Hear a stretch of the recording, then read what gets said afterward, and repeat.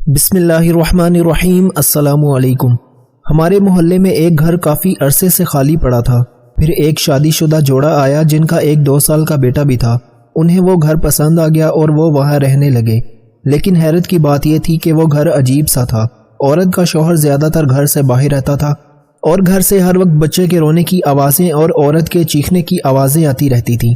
پھر ایک دن محلے کی بزرگ عورتیں اس عورت کے گھر گئیں اور اس عورت کو دیکھ کر حیران رہ گئیں، اور محلے کی بزرگ عورتیں الٹے پیر واپس آ گئیں، کیونکہ وہ عورت تو ہمارے محلے میں ایک مکان کافی عرصے سے خالی پڑا ہوا تھا۔ جو بھی کرائے پر مکان لینے کے لیے آتا تو مکان دیکھ کر دوبارہ واپس نہ آتا۔ اس کی وجہ یہ تھی کہ وہ مکان 2 کمروں پر مشتمل تھا۔ چھوٹا سا صحن تھا، کچن بھی چھوٹا سا تھا، اور باتھ روم ایک کمرے کے ساتھ اٹیچ تھا۔ مکان میں صرف چھوٹی سی ایک فیملی رہ سکتی تھی۔ پھر مالک مکان کرایہ بہت زیادہ مانگتا تھا، لیکن ایک دن اس مکان کی قسمت جاگ اٹھی اور وہ کرائے پر چڑھ گیا۔ جس نے وہ مکان کرائے پر لیا تھا وہ تو خود کسی دوسرے شہر ہوتا تھا، جبکہ اس مکان میں اس کی بیوی ایک 2 سالہ بچے کے ساتھ رہ رہی تھی۔ اس عورت کو مکان میں شفٹ ہوئے 1 ہفتہ ہونے کو تھا، لیکن وہ اپنے گھر سے باہر نہیں نکلتی تھی، اور نہ ہی محلے کی کسی عورت نے اس عورت اور اس کے بچے کی شکل دیکھی تھی۔ سنا تھا کہ اس عورت کا شوہر ہفتے میں 1 دن آتا تھا، 1 ہفتے کے لیے اشیاء ضروری خرید کر دے جاتا تھا۔ یہی وجہ تھی کہ محلے میں کسی فرد نے اس آدمی کی بیوی کو گھر سے باہر نکلتے نہیں دیکھا تھا۔ وہ مکان ہمارے گھر کی لائن میں تیسرے نمبر پر تھا۔ میں جب بھی گھر کے سامنے سے گزرتا تو مجھے ہر وقت بچے کے رونے کی آوازیں سنائی دیتی تھیں، ساتھ ہی اس عورت کے چیخنے چلانے کی آوازیں بھی سنائی دیتی تھیں۔ عورت چیخ چیخ کر اس بچے کو چپ کروانے کی کوشش کرتی رہتی تھی، لیکن بچہ چپ ہونے کی بجائے مسلسل روتا رہتا تھا۔ پھر جب بچہ رو رو کر تھک جاتا تو خود ہی چپ ہو جاتا۔ میرا نام فہیم ہے اور میری سیمنٹ بیچنے کی دکان ہے۔ میری شادی ہو چکی ہے اور ایک 3 سالہ بچہ بھی ہے۔ میرے ابو تو فوت ہو چکے ہیں، جبکہ امی حیات ہیں۔ ایک بڑی بہن تھی، اس کی بھی شادی ہو چکی ہے۔ میں نے FA تک تعلیم حاصل کی ہوئی ہے۔ ابو ایک فیکٹری میں ملازمت کرتے تھے۔ وہ دل کے مریض تھے، ایک رات سوئے تو صبح نہ اٹھ سکے۔ اب وہ مجھے ڈاکٹر بنانا چاہتے تھے، لیکن غربت کی وجہ سے میں ڈاکٹر نہ بن سکا۔ میں نے تعلیم کو خیر بات کہہ دیا، سیمنٹ بیچنے کی چھوٹی سی دکان کھول لی۔ اللہ نے برکت ڈالی اور ایک دن میں نے بڑی دکان کر لی تھی۔ کچھ عرصہ کے بعد امی نے میری شادی اپنی بھانجی نفیسہ سے کروا دی۔ نفیسہ خوبصورت ہونے کے ساتھ ساتھ دل کی بھی بہت خوبصورت تھی۔ ہم سب کا اچھے سے خیال رکھتی تھی۔ امی بھی اس سے بہت خوش تھی۔ میں بھی خوش تھا کہ مجھے بہت اچھی بیوی ملی ہے۔ پرویز صاحب کا مکان تو کرائے پر چڑھ گیا تھا، لیکن ہر وقت بچے کے رونے کی آواز نے محلے کے لوگوں کو پریشان کر کے رکھا ہوا تھا۔ سب لوگوں کی زبان پر یہی تھا کہ آخر بچہ سارا دن کیوں روتا رہتا ہے، اور ماں تھی وہ اسے چپ کروانے کی خاطر چلاتی رہتی تھی۔ بچے کے رونے کی آواز اور اس عورت کے چلانے کی آواز گھر سے باہر تک سنائی دیتی تھی۔ ایک دن محلے کی چند بڑی عورتوں نے پروگرام بنایا کہ وہ سب اکٹھی ہو کر اس عورت کے گھر جائیں گی اور اس عورت سے بات چیت کریں گی کہ آخر مسئلہ کیا ہے کہ بچہ ہر وقت روتا رہتا ہے۔ عورت ڈانٹ ڈپٹ کرتی رہتی ہے۔ کبھی کبھی تو رات کے وقت بھی بچے کے بے تحاشا رونے کی آوازیں سنائی دیتی تھیں۔ وہ عورت چیخ چیخ کر اسے چپ کروانے کی کوشش کرتی رہتی تھی۔ آخر کار محلے کی عورتیں اس عورت کے گھر گئیں، لیکن اس عورت نے ان سے ملنے سے انکار کر دیا اور کہا تھا کہ یہ ہمارے گھر کا مسئلہ ہے، آپ لوگوں کو دخل اندازی کرنے کی ضرورت نہیں ہے۔ وہ عورتیں منہ لٹکا کر واپس چلی گئی تھیں۔ ساتھ والی پڑوسن نے میری امی کو بتایا کہ نئی کرایہ دار عورت بڑی مغرور والی ہے، اس کا رویہ غیر مناسب تھا۔ جب اس کا شوہر آئے گا تو میرا میاں اس سے بات کرے گا۔ ہفتہ پلک جھپکتے ہی گزر گیا۔ اس عورت کا شوہر ہفتے کی شام کو آتا تھا اور اتوار کی شام کو واپس چلا جاتا تھا۔ محلے کے کچھ لوگوں نے تو اس عورت کے شوہر کو دیکھا ہوا تھا، لیکن میں نے ابھی تک اسے نہیں دیکھا تھا۔ حیرت انگیز بات یہ تھی کہ جب عورت کا شوہر اتوار کو گھر پر ہوتا تو بچے کے رونے کی آوازیں نہیں آتی تھیں، سارا دن خاموشی کی نظر ہو جاتا تھا۔ یوں لگتا تھا جیسے اس گھر میں کوئی موجود ہی نہ ہو۔ اس اتوار کو جب میں دکان پر جا رہا تھا تو میں نے عورت کے شوہر کو دیکھا۔ وہ جوان تھا اور اس کی عمر 26 سال تھی۔ خوبصورت اور لمبے قد کا نوجوان تھا۔ اس کی رنگت بھی کافی گوری تھی۔ وہ شاید ناشتے کا سامان لے کر آ رہا تھا۔ اس کا 2 سالہ بچہ بھی اس کے ساتھ تھا۔ میں نے رک کر اس سے سلام دعا کی اور بتایا کہ میں ان کا پڑوسی ہوں۔ بات چیت کرنے کے دوران میری نظر اس بچے پہ پڑی تو میں اندر ہی اندر چونک پڑا۔ کافی خوبصورت اور گول مٹول تھا۔ اس کی رنگت بھی باپ پر گئی تھی۔ وہ باپ کے ساتھ یوں چپکا ہوا تھا جیسے اسے ڈر ہو کہ کہیں وہ اسے چھوڑ کر چلا نہ جائے۔ اس بچے کو دیکھ کر میرے چونکنے کی وجہ یہ تھی کہ مجھے ایسا لگا تھا جیسے میں نے اس بچے کو پہلے بھی کہیں دیکھا ہے۔ یہ میرا وہم تھا یا سچ؟ میں چکراہ کر رہ گیا۔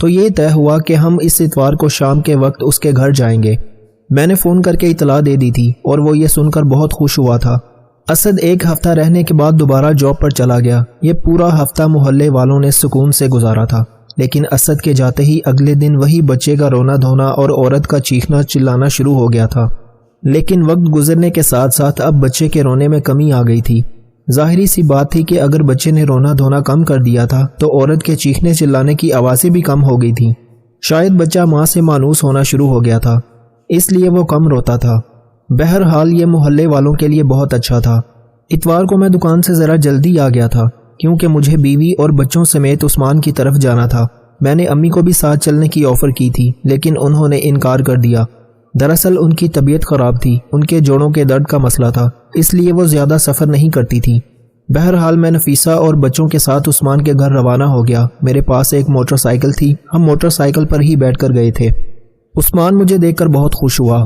اس نے اپنی بیوی کے ساتھ ہمارا پرتپاک طریقے سے استقبال کیا تھا۔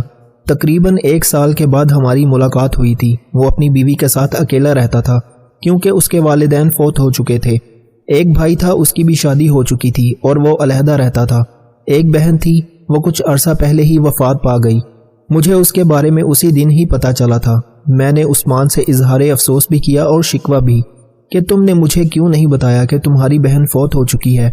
اس نے کہا کہ میں نے تمہیں فون کیا تھا لیکن تمہارا فون مسلسل بن جا رہا تھا، تم نے بھی گھر بدل لیا تھا، اس لیے مجھے تمہارے گھر کا پتہ نہیں تھا۔ بہرحال ہم ڈرائنگ روم میں بیٹھ گئے اور باتیں کرنے لگے۔ اسی دوران ایک بچہ وہاں آیا اور عثمان کی گود میں بیٹھ گیا۔ اس بچے کو دیکھتے ہی میں یوں اچھل پڑا جیسے میرے صوفے میں سے سپرنگوں نے نمودار ہو کر مجھے اچھلنے پر مجبور کر دیا ہو۔ میں آنکھیں پھاڑ پھاڑ کر اس بچے کو دیکھنے لگا کہ حواس باختہ ہو رہا تھا۔ مجھے یوں لگ رہا تھا جیسے میں ابھی بے ہوش ہو کر فرش پر گر جاؤں گا۔ وہ بچہ ہو بہو میرے نئے پڑوسی اسد کے بیٹے علی کا ہم شکل تھا، بالکل وہی نین نقش، ویسے سر کے بال، یہاں تک کہ اس کا قد بھی اس بچے سے ملتا جلتا تھا۔ عثمان کو شاید بڑا عجیب لگا تھا میرا یوں دیکھنا۔ ارے یار ایسا کیا دیکھ رہے ہو، پہلے تم نے کبھی بچے نہیں دیکھے؟ میں نے اسے سرسراتی ہوئی آواز میں پوچھا۔ عثمان یہ بچہ کون ہے؟ تمہاری تو 1 سال پہلے شادی ہوئی ہے۔ اس نے میری بات کاٹ دی اور بولا یار یہ میرا بھانجا علی ہے، میری بڑی بہن کا بیٹا، جس کی کچھ عرصہ پہلے ہی ڈیتھ ہو گئی ہے۔ اگر یہ اس کا بھانجا ہے تو وہ کون ہے؟ میری بڑبڑاہٹ عثمان نے بھی سن لی تھی۔ تبھی اس نے پوچھا کہ کیا کہہ رہے ہو، اونچا بولو۔ میں نے عثمان کو ٹال دیا اور اس سے اجازت لی۔ کیا میں اس کی تصویر بنا سکتا ہوں؟ عثمان نے مجھے اجازت دے دی اور میں نے علی کی تصویر بنا لی۔ میں حیرت کے سمندر میں غوطے کھا رہا تھا۔ اسد کے بیٹے کا نام بھی علی تھا اور عثمان کے بھانجے کا نام بھی علی تھا۔ مجھے کچھ بھی سمجھ نہیں آ رہا تھا، میرا دماغ چکرا رہا تھا۔ عثمان نے مجھے پریشان دیکھا تو اس نے مجھ سے پوچھنے کی بہت کوشش کی لیکن میں نے ٹال دیا۔ میں نے محسوس کیا تھا کہ علی بہت خاموش مگر خوش ہے۔ عثمان کو کوئی کام یاد آ گیا تو وہ علی کو وہیں بٹھا کر چلا گیا۔ مجھے اس بچے سے بات کرنے کا موقع مل گیا۔ میں نے اس سے پوچھا بیٹا آپ کے ابو کا کیا نام ہے؟ علی پہلے جھکا، طوطی زبان میں بولا میرے ابو کا نام اسد ہے۔ اس کے منہ سے اسد کا نام سن کر میرے منہ سے ٹھنڈی سانس خارج ہو گئی، ساتھ ہی الجھن بڑھ گئی تھی۔ اگر علی کی ماں کی ڈیتھ ہو گئی تھی تو پھر وہ عورت کون تھی جو پال رہی تھی؟ کیونکہ اب اتفاق کی گنجائش ہی نہیں تھی۔ میں نے دوبارہ پوچھا کہ بیٹا آپ کے ابو اور امی کہاں ہیں؟ بچے نے معصومیت سے مجھے دیکھتے ہوئے بتایا کہ ابو آفس گئے ہوئے ہیں اور میری امی کو اللہ نے اپنے پاس بلا لیا ہے۔ میری دوسری امی بہت گندی ہیں، مجھے ڈانٹتی رہتی ہیں، مجھے مارتی بھی ہیں۔ میری ساری الجھن دور ہو گئی تھی۔ اس کا مطلب یہ تھا کہ ہماری نئے کرایہ دار عورت اسد کی دوسری بیوی تھی۔ کچھ دیر بعد عثمان بھی آ گیا اور پوچھا کہ آپ دونوں کے درمیان کیا باتیں ہو رہی ہیں؟ میرے بولنے سے پہلے علی نے کہا انکل ابو اور امی کے بارے میں پوچھ رہے تھے۔ میں نے بتایا کہ میری امی اللہ کے پاس چلی گئی ہیں اور میری دوسری امی بہت گندی ہیں۔ عثمان نے اسے ٹوکا، بہت بری بات ہے بیٹا، ایسے نہیں کہتے۔ علی اٹھ کر اندرونی کمرے میں چلا گیا اور عثمان نے ٹھنڈی سانس لی۔ میں نے پوچھا یار عثمان، علی کی ماں کی ڈیتھ ہو گئی ہے، کیا وہ بیمار تھی؟ عثمان نے جواباً کچھ بتایا۔ اسے سن کر مجھے بہت افسوس ہوا۔ عثمان کی بہن کا نام نور تھا۔ اسد اور نور کی پسند کی شادی تھی۔ اسد فلرٹی نوجوان تھا، لڑکیوں کو بے وقوف بنانا اس کا مشغلہ تھا۔ وہ کسی ایک لڑکی کے ساتھ مخلص نہیں تھا۔ سوشل میڈیا پر اس کی بہت سی لڑکیوں سے دوستیاں تھیں۔ کیونکہ وہ خود بھی بہت ہینڈسم اور ویل ایجوکیٹڈ تھا، اس لیے لڑکیاں اس کی شخصیت پر مرتی تھیں۔ بہت سی لڑکیاں اس سے شادی کرنے کی خواہش مند تھیں۔ نور سے شادی کے بعد بھی کئی لڑکیوں سے فلرٹ کرنے سے باز نہیں آیا تھا۔ ایسا نہیں تھا کہ اسے نور سے محبت نہیں تھی، وہ نور کو بھی بہت چاہتا تھا، لیکن اپنی عادت سے مجبور تھا، یہاں تک کہ اس کا بچہ بھی پیدا ہو گیا۔ اس کے باوجود اس نے لڑکیوں سے دوستیاں کرنا ترک نہ کی۔ اس کی PIA میں اونچی پوسٹ پر جاب تھی اور پیسے کی ریل پیل تھی۔ اس کا باپ بھی PIA سے ریٹائرڈ تھا۔ اسد اپنے والدین کی اکلوتی اولاد تھا، اس لیے بگڑا ہوا تھا۔ شادی سے پہلے بھی اس کی کئی لڑکیوں سے دوستیاں تھیں۔ نور اسد کی ماموزاد کزن تھی، دونوں ایک دوسرے کو پسند کرتے تھے۔ نور اسد کی فلرٹ کرنے والی عادت سے ناواقف تھی۔ دونوں کی محبت وقت گزرنے کے ساتھ ساتھ پروان چڑھتی رہی اور پھر نور کے مجبور کرنے پر اسد نے اپنا رشتہ بھیجا۔ ماموں نے فوراً قبول کر لیا۔ شادی ہو گئی، لیکن اسد کی عادت نہ گئی۔ شادی کے 1 سال بعد ہی نور کو پتہ چلا کہ اسد دوسری لڑکیوں میں دلچسپی لیتا رہتا ہے اور اس کی کئی لڑکیوں سے دوستیاں بھی ہیں۔ پہل تو اس نے اسد کو بہت سمجھایا کہ غیر لڑکیوں سے دوستیاں رکھنا اور ان سے امیدیں لگانا اچھی بات نہیں ہے، تم ایک بچے کے باپ بن گئے ہو، اس لیے ایسی حرکتوں سے باز آ جاؤ۔ اسد ہنس کر ٹال دیتا اور کہتا کہ مجھے تمہارے علاوہ اور کسی لڑکی سے محبت نہیں ہے، وہ مجھ میں دلچسپی لیتی ہیں، اس لیے میں بھی ان سے فلرٹ کر لیتا ہوں۔ وقت گزرتا رہا اور نور اسد کی اس عادت سے تنگ ہوتی رہی، یہاں تک کہ کبھی کبھی ان کے درمیان غیر لڑکیوں کی وجہ سے لڑائی جھگڑا بھی ہو جاتا تھا۔ اس کی لڑکیوں سے دوستیوں کے بارے میں نور نے کسی کو نہیں بتایا تھا۔ وہ نہیں چاہتی تھی کہ اس کے شوہر کی بدنامی ہو، کیونکہ وہ اسد سے بہت محبت کرتی تھی اور چاہتی تھی کہ اپنی ساری توجہ اسے اور اپنے بچے علی پر دے۔ جب وہ اکیلی ہوتی تھی تو کمرے میں بیٹھ کر خوب روتی تھی اور سوچتی تھی کہ آخر وہ اسد کو کیسے سمجھائے اور کیسے راہ راست پر لائے کہ وہ غیر لڑکیوں سے دوستیاں ختم کر دے۔ اسی طرح اسد کی سوشل میڈیا پر ایک لڑکی سے دوستی ہوئی۔ وہ لڑکی بہت خوبصورت اور پرکشش شخصیت کی مالک تھی کہ اسد اس کی طرف کھنچتا چلا گیا اور بالآخر اسے اس لڑکی سے محبت ہو گئی۔ جب اس لڑکی کو پتہ چلا کہ اسد پڑھا لکھا PIA میں ملازم ہے تو وہ بھی اس میں دلچسپی لینے لگی اور اس نے اسد سے شادی کرنے کی خواہش ظاہر کر دی۔ اسد نے اسے واضح الفاظ میں بتا دیا تھا کہ وہ شادی شدہ ہے اور ایک بچے کا باپ بھی ہے، لیکن لڑکی نے کہا کہ کوئی بات نہیں، مجھے سوتن بننا منظور ہے۔ حیرت کی بات یہ تھی کہ وہ سوتن بننے پر بھی تیار ہو گئی تھی، لیکن اس نے ایک شرط رکھی تھی کہ شادی کے بعد وہ اسے الگ گھر لے کر دے گا۔ اسد کو بھی چونکہ اس لڑکی سے محبت ہو گئی تھی اور اس کی اتنی سیلری تھی کہ وہ 2 شادیاں افورڈ کر سکتا تھا، چنانچہ اس نے نور سے چھپ کر رمشا سے شادی کر لی۔ ان دونوں کے نکاح میں اسد کے چند دوست اور رمشا کے گھر والوں نے شرکت کی تھی۔ انہوں نے نہ جانے اپنے گھر والوں کو کیسے راضی کر لیا تھا، اس بارے میں کسی کو کچھ نہیں پتا تھا۔ البتہ اس کا تعلق مڈل کلاس گھرانے سے تھا۔ وہ 4 بہنیں تھیں اور اس کا نمبر دوسرا تھا۔ اس کی بڑی بہن کی شادی نہیں ہوئی تھی، شاید یہی وجہ تھی کہ 4 بیٹیوں کی وجہ سے اس کے والدین نے سوچا ہوگا کہ جس کا رشتہ ملتا ہے شادی کر دی جائے۔ بہرحال شادی کے بعد اسد نے رمشا کو الگ گھر کرائے پر لے کر دے دیا تھا کہ کسی دوست نے نور کو اس کی دوسری شادی کے بارے میں بتا دیا تھا۔ وہ بہت دل برداشتہ ہوئی تھی، اس نے اس بات کو اپنے دل سے لگا لیا، جس کے باعث وہ بیمار ہو کر بستر سے جا لگی۔ اسد نے منانے اور قائل کرنے کی بہت کوشش کی، لیکن نور ناراض ہی رہی۔ اسی حالت میں ہی اس کی ڈیتھ ہو گئی۔ اسد کو نور کی موت کا بہت دکھ ہوا تھا، وہ ہر وقت افسردہ رہنے لگا تھا۔ اس کے لیے سب سے بڑا مسئلہ علی کو سنبھالنا تھا۔ اس نے جب رمشا سے بات کی، پہلے تو وہ نہیں مانی۔ اسد نے اسے قائل کر لیا تھا اور علی کو اپنے ساتھ لے گیا تھا۔ اسی وجہ سے علی اپنی سوتیلی ماں کے ساتھ نہیں رہنا چاہتا تھا، کیونکہ رمشا اسے ہر وقت ڈانٹتی رہتی تھی۔ مجبور ہو کر اسد علی کو اس کے ماموں کے پاس چھوڑ گیا تھا تاکہ اس کی شخصیت پر برا اثر نہ پڑے۔ اسد نور کی موت کے بعد خود تو سدھر گیا تھا، لیکن اسے نور کی موت کا بھی بہت افسوس ہے۔ لیکن اب افسوس کرنے سے کیا ہو سکتا ہے؟ جانے والی تو چلی گئی، لیکن اپنی یادیں اسد کے دل میں چھوڑ گئی تھی۔ کہتے ہیں کہ بیٹی جب گھر سے رخصت ہو جائے تو باپ کو سب سے زیادہ دکھ ہوتا ہے، مگر وہ ماں ہی ہوتی ہے جو بیٹی کے دکھ کو بھی سمجھ سکتی ہے۔